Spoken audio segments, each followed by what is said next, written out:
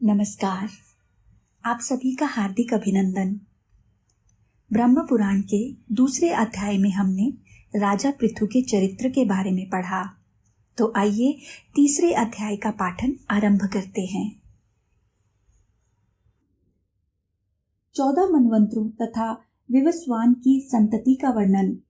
ऋषि बोले, महामते सूत जी, अब समस्त मनवंतरों का विस्तार पूर्वक वर्णन कीजिए तथा उनकी प्राथमिक सृष्टि भी बताइए। लोमहर्षण सूत जी ने कहा, विप्रगण, समस्त मनवंतरों का विस्तृत वर्णन तो 100 वर्षों में भी नहीं हो सकता, अतः संक्षेप में ही सुनो। प्रथम स्वयंभुव मनु हैं, दूसरे स्वारोचिष, तीसरे उत्तम, चौथे तामस, पांचवें रैवत, छठे चाक्षुष तथा सातवें वैवस्वत मनु कहलाते हैं। वैवस्वत मनु ही वर्तमान कल्प के मनु हैं। इसके बाद सावर्णी, भौत्य, रौच्य तथा 4 मेरु सावर्ण्य नामक मनु होंगे। ये भूत, वर्तमान और भविष्य के सब मिलकर 14 मनु हैं। मैंने जैसा सुना है उसके अनुसार सब मनुओं के नाम बताए। अब इनके समय में होने वाले ऋषियों, मनुपुत्रों तथा देवताओं का वर्णन करूंगा। मरीच, अत्रि, अंगिरा, पुले, क्रतु, पुलसत्य तथा वशिष्ठ, ये 7 ब्रह्मा जी के पुत्र उत्तर दिशा में स्थित हैं, जो स्वयंभुव मनवंत्र के सप्तऋषि हैं। आग्नेत्र, अग्निबाहु, मेध्य, मेधातिथि, वसु, ज्योतिष्मान, द्युतिमान, हव्य, सबल और पुत्र, ये 10 स्वयंभुव मनु के महाबली पुत्र थे। विप्रगण, यह प्रथम मनवंत्र बतलाया गया है। स्वराचुष मनवंत्र में प्राण, बृहस्पति, दत्तात्रेय, अत्रि, च्यवन, वायु प्रोक्त तथा महाव्रत, ये 7 सप्तऋषि थे। तुषित नाम वाले देवता और हविघ्न, सुकृति, ज्योति, आप, मूर्ति, प्रतीत, नभस्य, नभ तथा उज्र, ये महात्मा स्वरोचिष मनु के पुत्र बताए गए हैं, जो महान बलवान और पराक्रमी थे। यह द्वितीय मनवंत्र का वर्णन हुआ है। अब तीसरा मनवंत्र बतलाया जाता है, सुनो। वशिष्ठ के 7 पुत्र वशिष्ठ तथा हिरण्यगर्भ के तेजस्वी पुत्र उज्र, ये ही उत्तम मनवंत्र के ऋषि थे। ईश, उज्र, तनुज, मधु, माधव, शुचि, शुक्र, सह, नभस्य तथा नभ, ये उत्तम मनु के पराक्रमी पुत्र थे। इस मनवंत्र में भानु नाम वाले देवता थे। इस प्रकार तीसरा मनवंत्र बताया गया है। अब चौथे का वर्णन करता हूँ। काव्य, पृथु, अग्नि, जनु, धाता, कपिवान और अकपिवान, ये 7 उस समय के सप्तऋषि थे। सत्य नाम वाले देवता थे। द्युति, तपसे, सुत्पा, तपोभूत, सनातन, तपोरति, अकलमाश, तन्वी, धन्वी और परम तप, ये 10 तामस मनु के पुत्र कहे गए हैं। यह चौथे मनवंत्र का वर्णन हुआ। 5वां रैवत मनवंत्र है। उसमें देवबाहु, ददुद्र, वेदशिरा, हिरण्य रोमा, पर्जन्य, सोमनंदन, उधर्वबाहु तथा अत्रि कुमार, सत्यनेत्र, ये सप्तऋषि थे। अभूत, रजा और प्रकृति नाम वाले देवता थे। धृतिमान, अव्यय, युक्त, तत्वदर्शी, निरुक्त, सुक, आरण्य, प्रकाश, निर्मोह, सत्यवाक और कृति, ये रैवत मनु के पुत्र थे। यह 5वां मनवंतर बताया गया। अब छठे चाक्षुष मनवंत्र का वर्णन करता हूँ, सुनो। उसमें भृगु, नभ, विवस्वान, सुधामा, विरजा, अतिनामा और सहिष्णु, ये ही सप्तऋषि थे। लेख नाम वाले 5 देवता थे। नानवल्य नाम से प्रसिद्ध रुरु आदि चाक्षुष मनु के 10 पुत्र बतलाए जाते हैं। यहाँ तक छठे मनवंत्र का वर्णन हुआ। अब 7वें वैवस्वत मनवंत्र का वर्णन सुनो। अत्रि, वशिष्ठ, कश्यप, गौतम, भारद्वाज, विश्वामित्र तथा जमदग्नि, ये इस वर्तमान मनवंत्र में सप्तऋषि होकर आकाश में विराजमान हैं। साध्य, रुद्र, विश्वदेव, वसु, मरुदगण, आदित्य और अश्विनी कुमार, ये इस वर्तमान मनवंत्र के देवता माने गए हैं। वैवस्वत मनु के इक्ष्वाकु आदि 10 पुत्र हुए। ऊपर जिन महातेजस्वी महर्षियों के नाम बताए गए हैं, उन्हीं के पुत्र और पौत्र आदि संपूर्ण दिशाओं में फैले हुए हैं।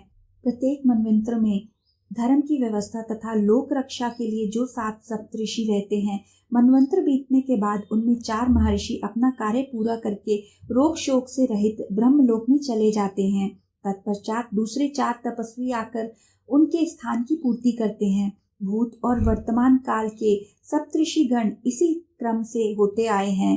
सावर्णी मनवंत्र में होने वाले सप्तऋषि ये हैं: परशुराम, व्यास, आत्रेय, भारद्वाज कुल में उत्पन्न द्रोण कुमार, अश्वत्थामा, गौतम वंशी, शरद्वान, कौशिक कुल में उत्पन्न गालव तथा कश्यप नंदन औरव, वैरी, अध्वरीवान, शमन, धृतिमान, वसु, अरिष्ट, अदृष्ट, वाजी तथा सुमति ये भविष्य में सावर्णिक मनु के पुत्र होंगे। प्रातःकाल उठकर इनका नाम लेने से मनुष्य सुखी, यशस्वी तथा दीर्घायु होता है। भविष्य में होने वाले अन्य मनवंतरों का संक्षेप से वर्णन किया जाता है, सुनो। सावर्ण नाम के 5 मनु होंगे। उनमें से एक तो सूर्य के पुत्र हैं और शेष 4 प्रजापति के। ये चारों मेरुगिरी के शिखर पर भारी तपस्या करने के कारण मेरु सावर्ण्य के नाम से विख्यात होंगे। ये दक्ष के देवते और प्रिया के पुत्र हैं। इन 5 मनुओं के अतिरिक्त भविष्य में रौच्य और भौत्य नाम के 2 मनु और होंगे। प्रजापति रुचि के पुत्र ही रौच्य कहे गए हैं। रुचि के दूसरे पुत्र जो भूति के गर्भ से उत्पन्न होंगे भौत्य मनु कहलाएंगे। इस कल्प में होने वाले ये 7 भावी मनु हैं। इन सबके द्वारा द्वीपों और नगरों सहित संपूर्ण पृथ्वी का 1 सहस्त्र युगों तक पालन होगा।